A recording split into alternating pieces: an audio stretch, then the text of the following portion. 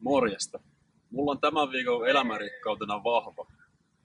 Vahvuuksiahan voi tietysti olla monenlaisia, niin henkisiä kuin fyysisiäkin.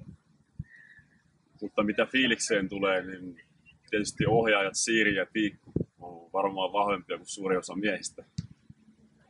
Mutta heidän todellinen vahvuus on siinä osaamisessa ja ammattitaidossa, millä ne sitä hommaa pyörittää päivästä päivään.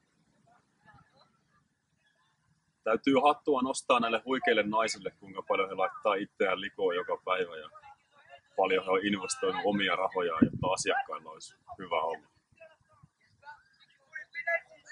Itse olen ollut viimeiset 10 vuotta ammattiurheilija tälläkin hetkellä täällä Mont Blancin juurella. Ja joka kesä fiilis on kuulunut osaksi valmistautumista ja osana mun kesäharjoitteluohjelmaa. Ja fiiliksellä on tosi helppo aina mennä, koska siellä tietää, että saa todella hyvä reeni tunnista riippumatta.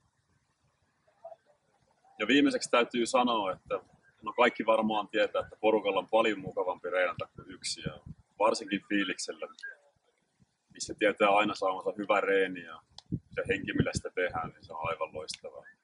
Ei muuta kuin fiiliksellä. Pysykää vahvoina.